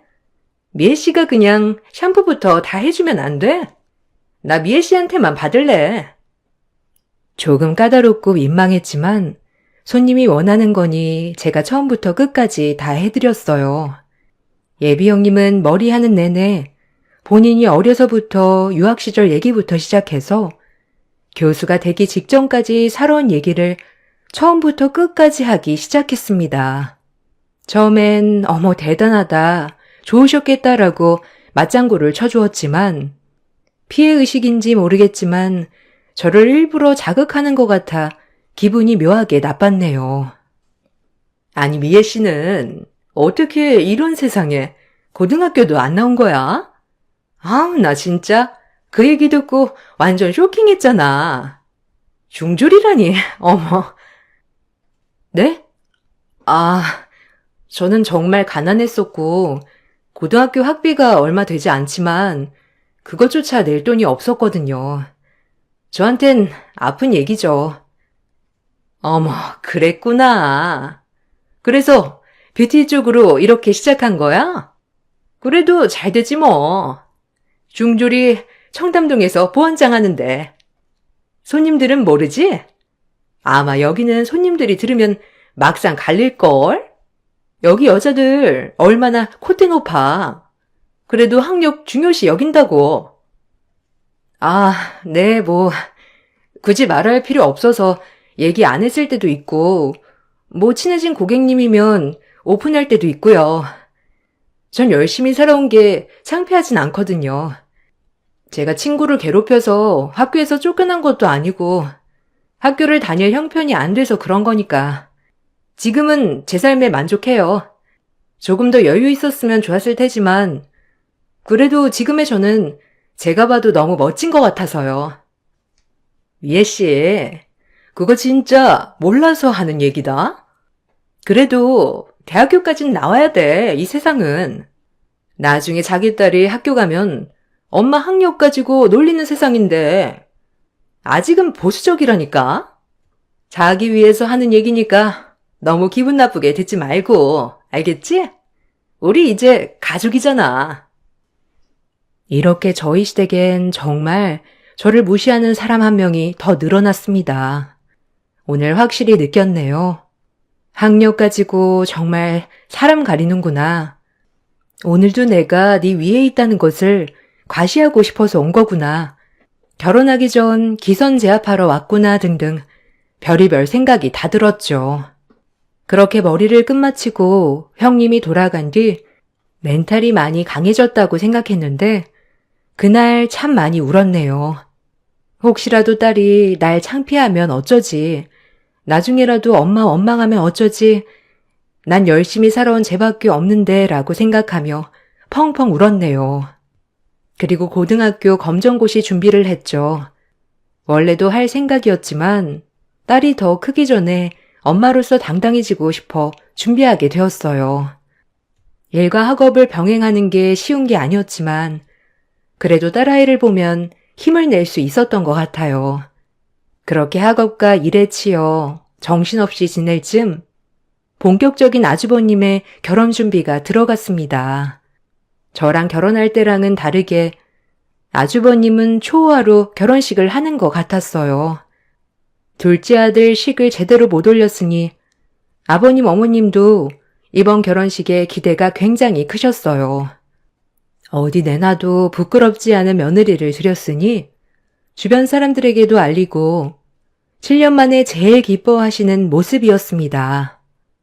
그런데 좋은 일을 앞두고 상견례를 준비하던 중 예비 형님과 가족들은 말도 안 되는 투표를 하는 것이었습니다. 정말 손발이 떨렸죠. 이제 큰애도 우리 가족이고 결혼도 앞두고 있으니 내가 불렀다. 이제 곧 큰애랑 상견례를 해야 하는데 어쩌려고 저 충조를 우리 둘째 며느리라고 상견례에 데려간다니. 솔직하게 말하면 내 인생의 수치라 안 데려갔음 싶구나. 사돈 어른들이 우리 집을 뭐라고 생각할 거야? 생각만 해도 끔찍하구나. 내 의견은 이런데 다들 의견을 말해보렴. 난 일단 안 데려가고 싶다. 곤란하지 그럼. 사돈 어른 댁들도 명망이 높은 집안인데 우리 집에 중졸 며느리가 있는 걸 알면 얼마나 낫게 보겠냐? 아 진짜 해도 너무한 거 아니에요? 지금 미애가 한 달에 얼마 버는 주나 알고 그러는 거예요? 미애는 혼자 맨몸으로 여기까지 올라오네요. 학력이 중요한 게 아니라 어떻게 살아왔는지가 더 중요한 거 아니냐고요. 아, 진짜. 엄마, 아빠, 그동안 미애가 최대한 분란 만들지 말라고 해서 참았는데 내 부모인 게 창피하네요. 이러신 분들이었어요? 사람 앉혀놓고 뭐 하는 겁니까? 정말 너무하시네요. 그냥 제가 가지 않으면 되는 거 아닌가요? 어떻게 사람을 앉혀놓고 바보 취급을 하실 수 있으세요? 아니, 재수 씨. 너무 감정적으로만 생각하지 마시고요. 아마 재수 씨는 저희 같은 레벨들을 이해 못하겠지만 이 세계는 명이라는 게 있어요. 좀 이해해 주셨으면 좋겠네요. 재수 씨가 재수 씨 레벨에 맞는 사람을 만났더라면 못 느꼈을 테지만 그래도 이런 집에 시집 온 이상 겪어야 하겠죠. 그러니까 애초에 올라갈 나무를 보고 올라오셨어야지 참. 그럼 찬반 투표합니다. 너무 기가 막혔습니다. 상견례에 안 가면 되는 것을 가냐 안 가냐에 찬반 투표라니요. 그것도 예비 형님 보는 앞에서 저를 그냥 밑바닥까지 만들었습니다. 너무 허탈해서 말도 안 나왔어요. 가뜩이나 저를 무시하는 예비 형님은 시부모님 옆에서 빙그레 웃고 있었습니다. 때리는 시어머니보다 말리는 시누이가 더 밉다고 하던가요. 예비 형님은 거기서 한마디 더 거들었죠. 사실 아직 부모님들은 모르세요. 그냥 뷰티 업계 종사자라고만 말씀드렸는데 중졸인 걸 아시면 기함하시겠죠. 저도 부모님 놀라실까봐 이런 말은 잘 못하겠더라고요. 저희 부모님도 중졸은 본 적도 없으셔서 아마 둘째 며느리에 대해서 많이 모르실 텐데 좋아하실까요? 솔직하게 말씀드려야 맞는 건지 저도 잘 모르겠네요. 어머님, 너무 곤란해요. 그러겠지. 네 마음 다 안다. 얼마나 놀라실 거야. 아휴, 정말 저 꼴찌덩어리. 자, 그럼 둘째네가 상견례에 가야 된다. 한번 손 들어보고 아니면 그냥 안 갔으면 좋겠다 하시면 손 내리는 걸로 합시다. 둘째는 그냥 이 의견 따르거라. 토달지 말고. 저와 남편은 참가하지 않았고 모든 가족들은 반대를 했습니다. 참으로 허탈했죠. 명문가에 숨겨진 며느리라 드라마에서만 보던 일들이 늘 제게 일어나는 것 같아 정말 씁쓸했네요. 그리곤 정말 서럽게 눈물이 하염없이 쏟아졌어요. 그때 아주버님의 핸드폰을 가지고 놀던 딸이 핸드폰을 들고 와 입을 열었습니다. 딸 한마디에 집안은 전체가 아수라장이 되었죠. 평소에도 얘기하기를 좋아하는 딸이었는데 가족들을 온 가운데 집중시키고 이렇게 말을 이어나갔습니다. 삼촌, 문자 왔어. 나 오빠 애 임신했다니까? 왜 이렇게 답장이 없는 거야? 나 진짜 그 집으로 쳐들어간다? 에? 이게 뭐야, 삼촌? 나 그럼 동생 생기는 거야? 아, 신난다. 여자 동생이었으면 좋겠는데. 엄마, 유진이가 입던 옷 다 물려주자. 딸의 말 한마디에 살얼음 얼어붙듯이 조용했죠. 그러곤 아주버님은 딸이 들고 있던 핸드폰을 낚아채 얼른 전원을 꺼버렸죠. 얘 현식아. 이게 다 무슨 말이냐? 스팸 문자지? 아니, 체리가 읽은 게 지금 다른 거 읽은 거지? 아, 뭐라고 말 좀 해봐라.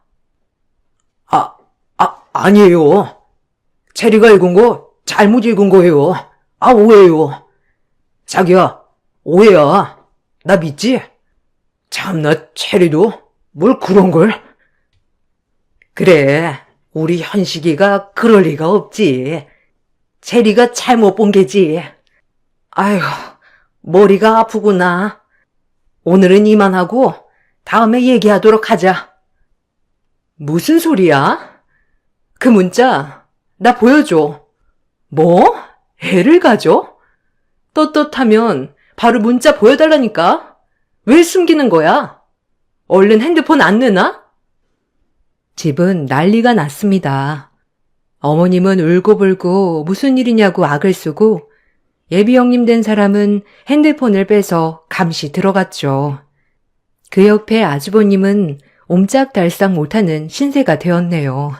아버님은 이 광경을 보시곤 방으로 들어가 버리셨습니다.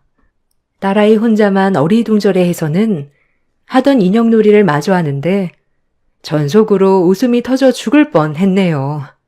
울다가 웃으면 안 된다던데 웃음을 참을 수가 없었네요. 그리고 이 기회를 틈타 절 무시했던 사람들을 향해 어퍼컷을 날려주었죠. 아마 제 인생 다시 안 올 복수였죠. 어머, 아주버님. 혹시 그때 그분 아니에요? 아닌가? 아, 왜 저번에 만났던 분인가? 누구지?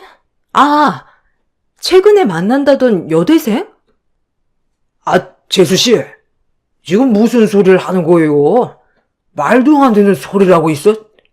됐고요. 야, 윤재현. 체리 데리고 빨리 니네 집에 가. 어디 저게? 말도 안 되는 소리를 찌꺼리고 있어. 아주 배운 데 없다더니 어디서 입을 놀려? 네가 감히 누구 신세를 망치려고? 어머님이 악다구니를 쓰며 분에 못 이겨 하시는데 진짜 유쾌상쾌 통쾌했네요.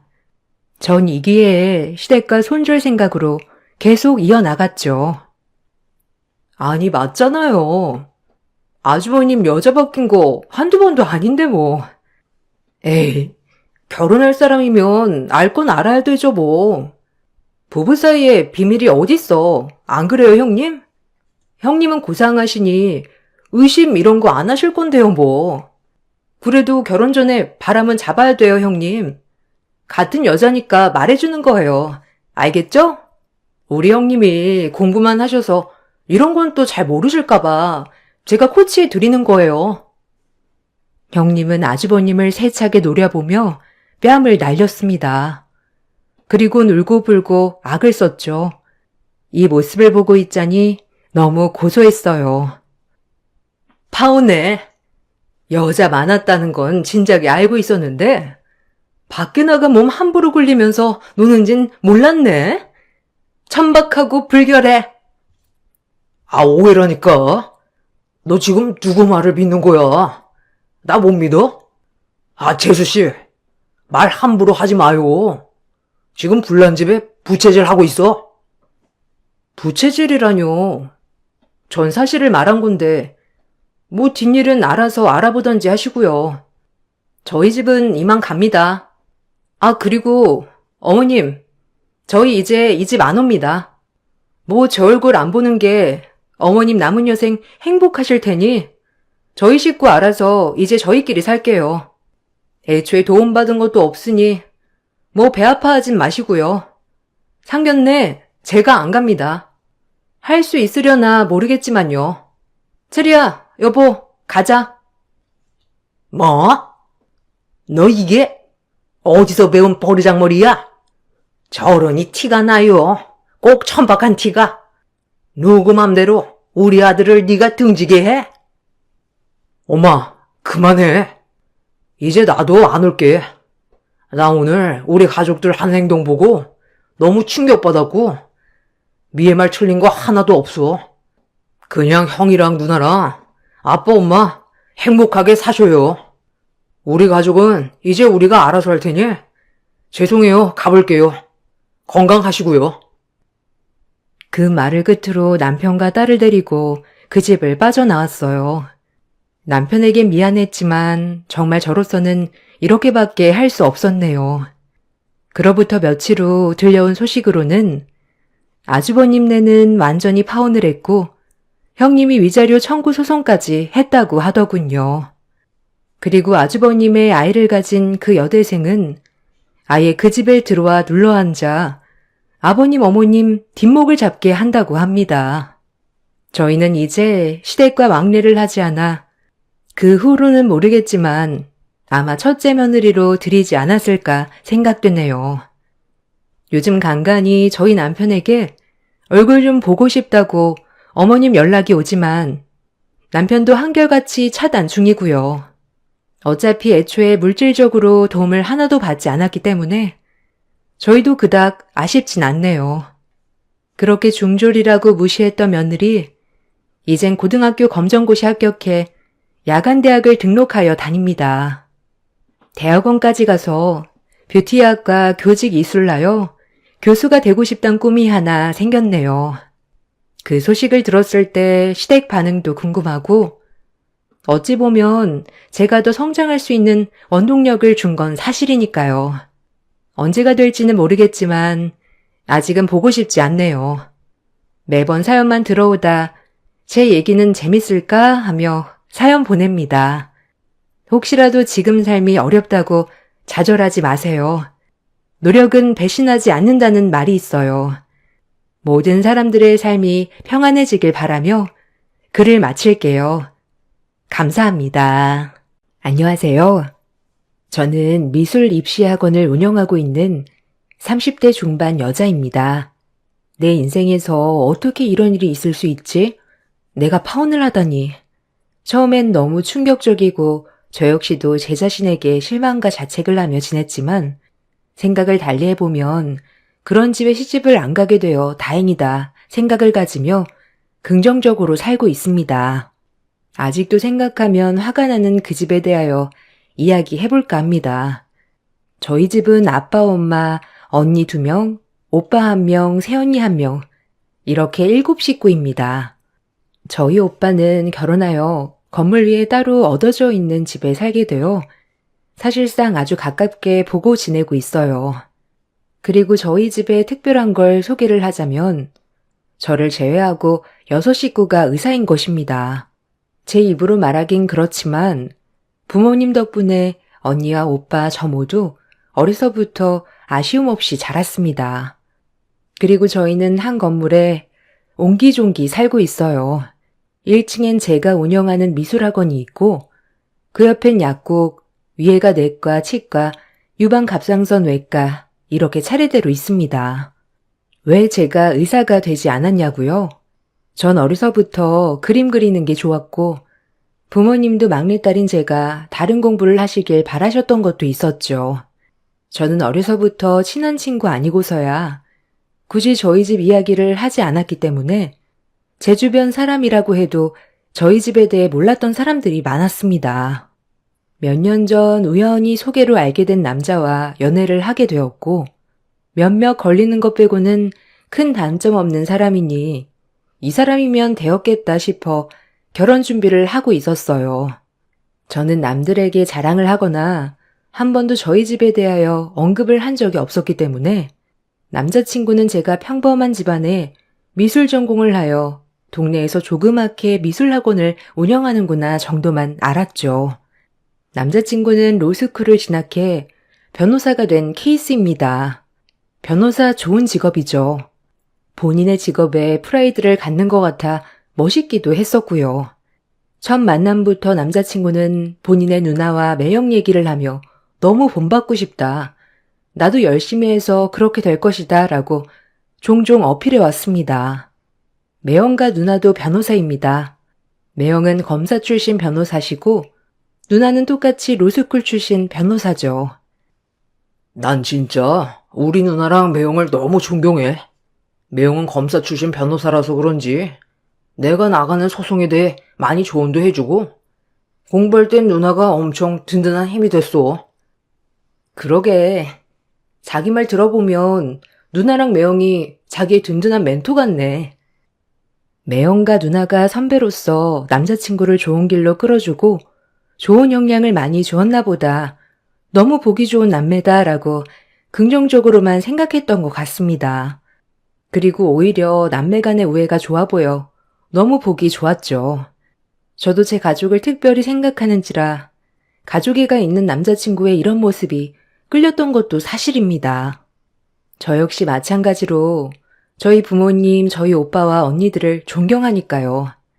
남자친구가 늘 말하길 자기네 부모님은 정말 고생 많이 하셔서 우리를 키우셨다라는 말을 많이 했어요. 남매를 공부시키느라 부모님이 진짜 고생하셨다. 내가 진짜 꼭 효도를 해야 한다라고 들을 때마다 이런 말을 들으면 남자친구 부모님도 참 흐뭇해 하시겠다. 그동안 고생하신 거 다 보람 있으시겠다라고 생각하며 흐뭇하기도 했었어요. 여기서 가족들에게 저런 마음을 느끼는 남자라면 정말 결혼해서도 큰 문제 없이 잘 살 수 있겠다라고 생각했던 것 같습니다. 이게 큰 오산이었죠. 처음 만날 때부터 그는 이렇게 말은 했지만 마음은 찝찝했죠. 너 미술했으면 집에 돈 많이 들었었겠다. 너같이 애초에 공부가 아닌 사람은 딱 길을 틀어도 좋을 것 같아. 그래도 밥벌이는 하잖아. 괜히 안 되는 거 붙잡고 있다가 시간만 낭비할 수도 있는 거고. 자기야, 무슨 말을 그렇게 해. 그래도 나 진짜 피나는 노력 끝에 여기까지 온 거야. 중학교 때부터 입시에 내가 원하는 대학 쉽게 간 거 아니야. 정말 지금도 애들 가르치면서 입시 미술하는 거 쉬운 거 아니라고. 자기가 공부 열심히 해서 좋은 결과를 얻은 것처럼 나도 마찬가지라고 생각해. 알지. 그냥 난 자기처럼 그래도 재능이 있어서 재능 있는 거에 몰빵해도 괜찮다는 말이었어. 괜히 공부하다가 내가 하고 싶은 것도 못하면서 이것도 저것도 아니기에 살면 안 되잖아? 나처럼 공부해서 변호사 되는 게 쉬운 것도 아니고 공부해서 취직해서 그냥 그런 연봉 받으며 사는 사람이 태반인데 이런 세상에 자기같이 재능 있는 게 좋아 보여서 한 말이야. 종종 들었을 때 예체능을 약간 무시한다는 느낌을 받을 때가 있었지만 그렇게 딱히 심각하게 생각하진 않았던 것 같아요. 평소엔 이런 거를 제외하곤 정말 다정다감했고 제가 예술계통이고 남자친구는 공부를 하였던 사람이기 때문에 단순히 궁금해서 그렇구나라고만 여겼던 것 같아요. 그런데 남자친구랑 만나서 부모님 얘기가 나올 때마다 그다지 유쾌하지 않은 질문들 뿐이었어요. 우리 엄마가 너 어디 대학 나왔냐고 궁금해하셔. 미술학원 운영하면 한 달에 대충 고정적인 수입이 있냐고도 하시는데 너 혹시 수입이 들쭉날쭉한 건 아니지? 아무래도 월급쟁이들에 비하면 내 수입은 들쑥날쑥하긴 하지. 많이 버는 달이 있으면 한참 비수기인 달도 있고 그래도 평균 금액은 거의 비슷해.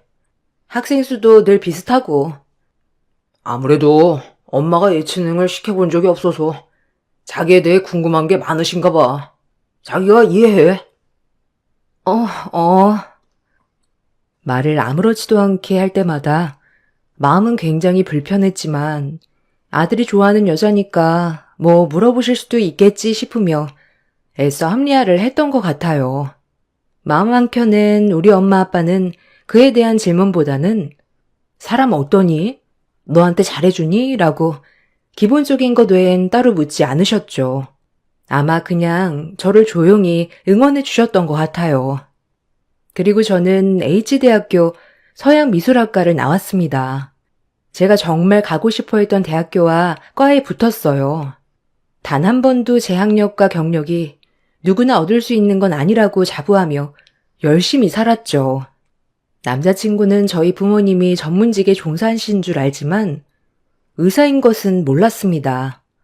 딱히 부모님 직업이 중요하다고는 생각해 본 적이 없으니까요. 저 역시 남자친구 부모님이 뭘 하시는지에 대해 일절 물어보지 않았고요. 아마도 남자친구는 저희 부모님들이 공무원인 줄 알았던 것 같아요. 어느 날 결혼 얘기가 본격적으로 나오기 시작했을 때 그 집 부모님께서 저를 한번 봤으면 하더라고요. 저는 남자친구에게 부모님이 뭘 좋아하시냐부터 시작해서 설레는 마음, 긴장되는 마음을 안고 부모님을 뵐 준비를 하였습니다. 백화점에 방문하여 어머님의 스카프와 아버님 드릴 넥타이, 그리고 벨트를 준비했습니다. 첫 만남이지만 제가 결혼을 생각하고 있는 남자친구였기에 남자친구 부모님께 당연히 아깝다는 생각보다는 더 좋은 것을 해드리고 싶은 마음으로 백화점 브랜드의 선물과 그의 어머님 드릴 꽃도 장만하였습니다. 첫인상이 제일 중요할 것 같아서 정말 잘 보이려고 애를 썼죠. 엄마, 인사해. 내 여자친구 윤이야. 자기야, 여기는 우리 엄마, 아버지셔. 아, 처음 뵙겠습니다. 임윤이라고 합니다. 반가워요. 아니, 생각보다 미인이네. 난 우리 아들이 어떤 모습에 반했는지 진짜 궁금했는데. 미인이구나. 근데 예쁜 거 얼마 못 간다. 네? 제가 어머님, 아버님 드리려고 준비한 선물이에요. 뭘 좋아하실지 몰라서 요즘 환절기라 날씨도 쌀쌀한데 어머님 스카프 괜찮으세요? 아유, 고마워요. 스카프 집에 많은데. 뭐, 잘하고 다닐게요. 색상이 나랑 안 맞는다. 그쵸? 어디 거예요? 이 브랜드? 신경 좀 썼네요. 남친 아버님은 그냥 말없이 고맙다고 하셨지만 제가 처음 온 순간부터 그렇게 달가워하지 않으시는 것 같았고요. 남친 어머님은 처음부터 웃으면서 비아냥대는 것 같았습니다. 이때까지 둔한 저는 원래 합법이 저러신가? 라고 생각하며 어른들이니 그냥 넘어갔습니다. 남친 부모님들과 식사를 하면서 무례한 질문은 계속되었어요. 아니, 우리 아들은 진짜 변호사님이고, 난 같은 법 쪽의 사람 만나길 바랬거든. 근데 갑자기 미술한다고 해서 놀랬잖아. 말은 나도 되죠? 우리 아들보다 어리니까. 얘네 누나 얘긴 들었죠? 같은 변호사 만나서 지금 말도 잘 통하고 얼마나 좋아? 이게 수준이 맞아야 한다니까, 서로. 그게 쉽나, 어디? 하여튼, 내가 그린 말을 했건만. 저기, 어머님, 아버님은 뭐 하셔? 아니, 미술 공부만 한 거면, 딸 하나만 미술 공부 시키신 건가? 뭐, 어려서 공부는 딱히 많이 안 했어도 되잖아, 미술은. 안 그래? 네? 어려서부터 그래도 미술을 해서 재료값이라든지 입시 비용이라든지 저희 엄마 아빠도 뒷바라지 많이 해주셨죠. 진짜 이게 웬 미친 소리인가 싶기도 했어요. 처음엔 저 말을 듣고 절대 한마디도 편들어주지 않는 남친을 보며 지금 단단히 잘못되어 가고 있다고 느꼈습니다. 애초에 남친 부모님은 절 달가워하시지도 않았고 남친이 좋다니 한번 만나 알아서 떨어져 나가라고 생각하는 것 같았어요.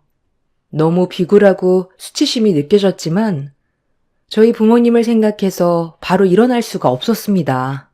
단 한 번도 예의 없게 가르치시지 않으셨거든요. 난 결혼해서 우리 아들이 힘들게 처자식 먹여 살리는 거 정말 반대야. 윤희 씨도 일은 할 생각이지? 힘들게 공부해서 내가 그러라고 장가 보내는 것도 아니고 결혼하면 신랑한테 기대지 않을 정도의 벌이는 되고 우리 딸이야.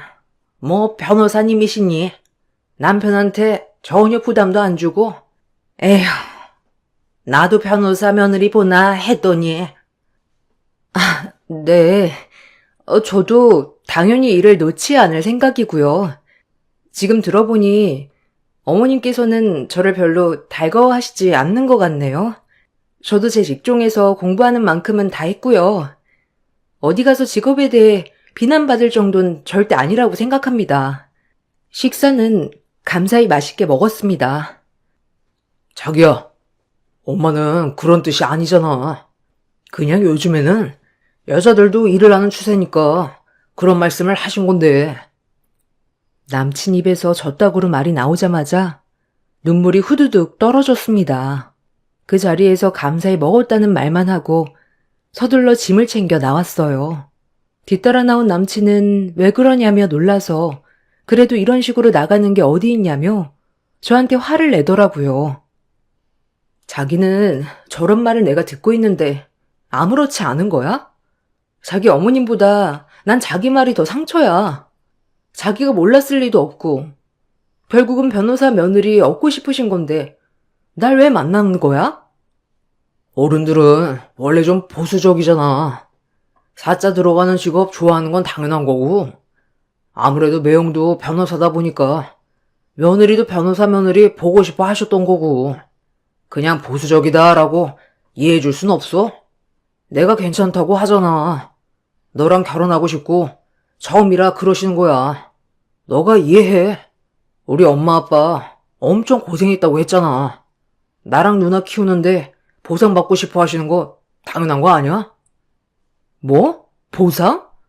누구 신세 망치려고 며느리한테 보상을 바래. 우리 엄마 아빠도 나 키우느라 고생했는데 그 고생은 아무것도 아니고? 난 자기도 의심스러워. 그동안 했던 말들 다 어머님 입을 통해 나한테 하고 싶고 묻고 싶었던 말 아니야? 가끔 기분 나쁜 얘긴 몇 번 있었어도 대수롭지 않게 넘겼어. 자기도 예체능에 대해 아예 모르니까 그냥 궁금해서 그렇구나. 근데 이 결혼 진짜 아닌 것 같아. 그만 만나자. 지금 너 선 넘는 거야. 나 정도 되는 남자 어디 가서 만나기 힘들다는 거 너도 알잖아. 너 지금 너무 격해져 있으니 좀 수그러들고 얘기 다시 하자. 입이 떡 벌어졌습니다. 진짜 어디 이런 막말을 할까요? 그 길로 더 이상 말이 통하지 않는다는 걸 깨닫고 저는 저희 집으로 돌아왔습니다. 집에 들어서자마자 잘 다녀왔냐는 엄마, 아빠, 언니들의 물음에 눈물이 왈칵 쏟아졌어요. 아니, 왜 울어? 아니, 무슨 일이 있었던 거야? 좋은 마음으로 선물 사들고 가서 무슨 일이 있었어? 무슨 일이야? 야, 왜 그래? 무슨 일 있어? 얘 무슨 서름 당하고 온 것 같은데? 변호사 며느리 원한대. 아니, 내 앞에서 변호사 며느리 원해. 오늘 나 보잔 것도 일부러 부르신 거야. 나보고 알아서 떨어져 나가라고. 제 말을 듣자마자 아빠는 노발대발 하시며 찾아간다고 하셨고 엄마는 같이 눈물을 떨궜습니다. 하나밖에 없는 애지중지 막내딸, 귀엽고 하고 싶은 거 다 하게 해주시고 곱게 키워 어디 내놔도 부족하단 소리 들어본 적 없는데 처음 본 사람들한테 이런 무시를 당하다니요. 언니들은 아주 길길이 날뛰고 전화번호 대라는 둥 집도 아수라장이 되었죠. 그날 얼마나 울었는지 모릅니다. 뜬 눈으로 밤을 새웠고 그 후부터 남자친구의 태도도 곱씹게 되며 남자친구의 연락을 철저히 차단했어요. 제가 연락을 받지 않자 다음날 미술학원으로 찾아왔습니다. 왜 이렇게 연락이 안 돼? 내가 엄마한테 뭐라고 했어. 생각해보니까 내가 너무한 것 같아. 너 혼자 어색했을 텐데 너 편은 못 들어주고 내가 미안해. 그러니까 화 풀어, 어? 난 자기랑 할 말 없어. 난 어제 자기 태도에 너무 실망했고 자기 태도를 보니 알겠더라. 결혼하면 내 앞날이 훤히 보이더라고. 앞으로 계속 무시하실 텐데 나보고 그걸 견디라고? 내가? 왜? 첫 만남에 저렇게 무례하신데 며느리 되면 얼마나 더 하시겠어. 나는 마음 정리 다 했어. 너무 극단적으로만 말하지 마.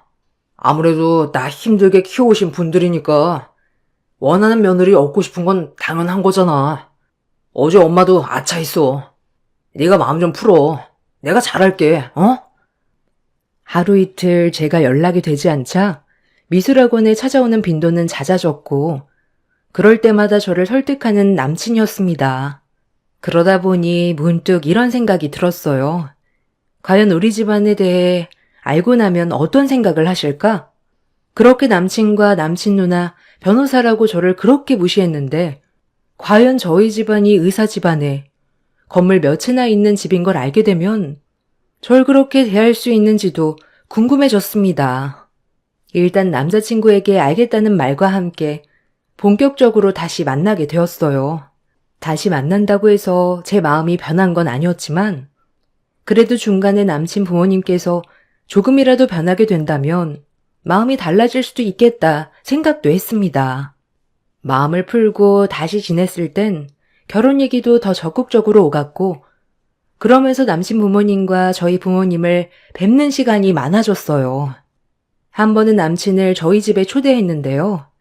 부모님도 제 우는 모습을 보고 내켜 하시진 않았지만, 그래도 제가 좋아하는 사람이니 마음을 열고 다가가려고 하셨어요. 그런데 남자친구가 가져온 선물은 대박이었습니다. 우리 집을 어떻게 본 것인지 몰라도 처음 만나는 여자친구 부모에게 사과 한 박스라니요. 진짜 제가 뭘 가져온 건지 눈을 다시 의심만 했습니다. 아무래도 저와 차이 나는 결혼이니 이런 선물 준비했다고 생각을 안 할 수가 없게 되더라고요. 하지만 저희 엄마 아빠는 선물에 대해서는 고맙다고 받아두기만 하셨고, 싫다는 내색이나 표현은 일절 없으셨어요. 딸 때문에 엄마 아빠까지 이런 대접을 받는 것 같아 너무 죄송했고요. 그때 마음을 먹었어요. 우리 집 무시한 대가를 정말 철저히 복수해야겠다고 다짐했죠. 어서 와요. 너무 궁금했어요. 음식은 입에 맞나요? 윤희한테 뭘 좋아하는지 물어봐서 준비한다고 했는데 맛있게 먹어요. 아, 갈비찜인가요? 아, 맛있네요.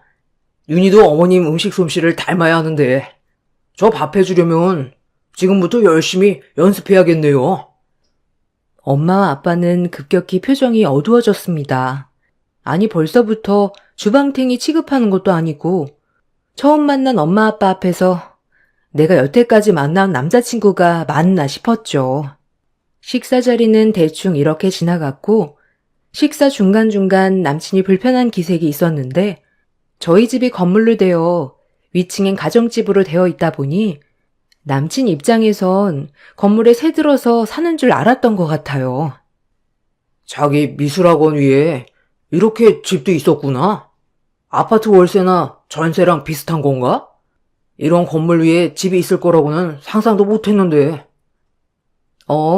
우린 여기 나 중학교 때부터 살아서 익숙하지. 오히려 시끄럽지도 않고 좋아. 자긴 아파트 사니까 익숙하진 않겠다.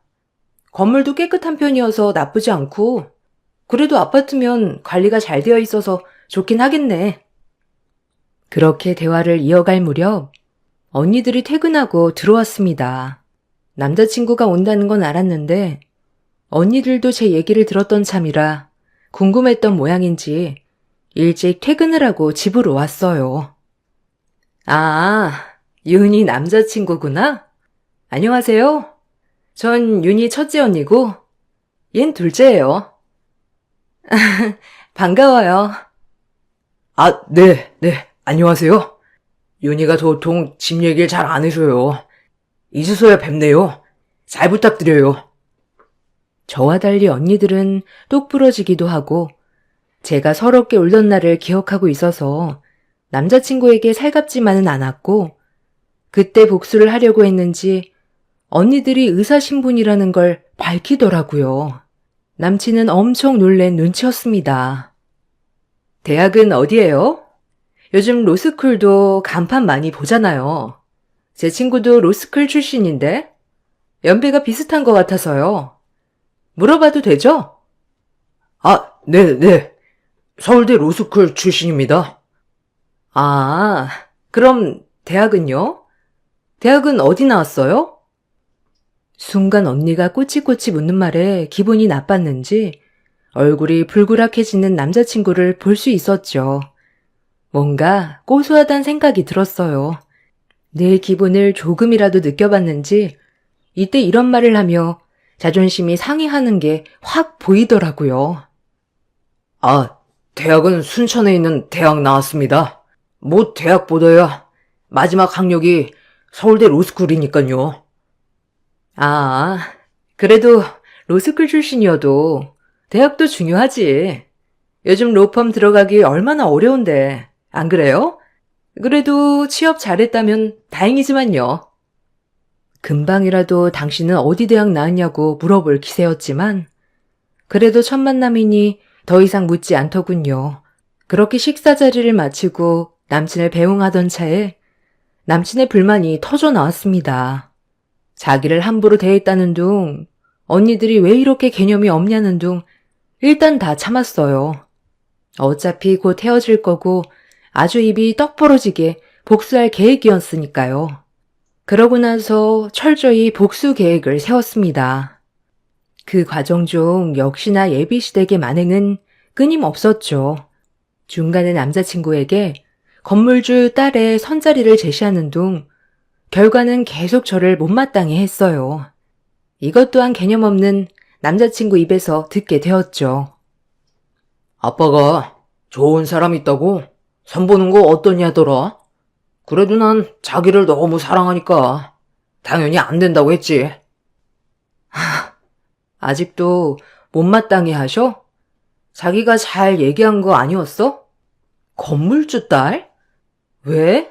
자기 변호사 사무실이라도 차려줄 수 있을 것 같은가 보지?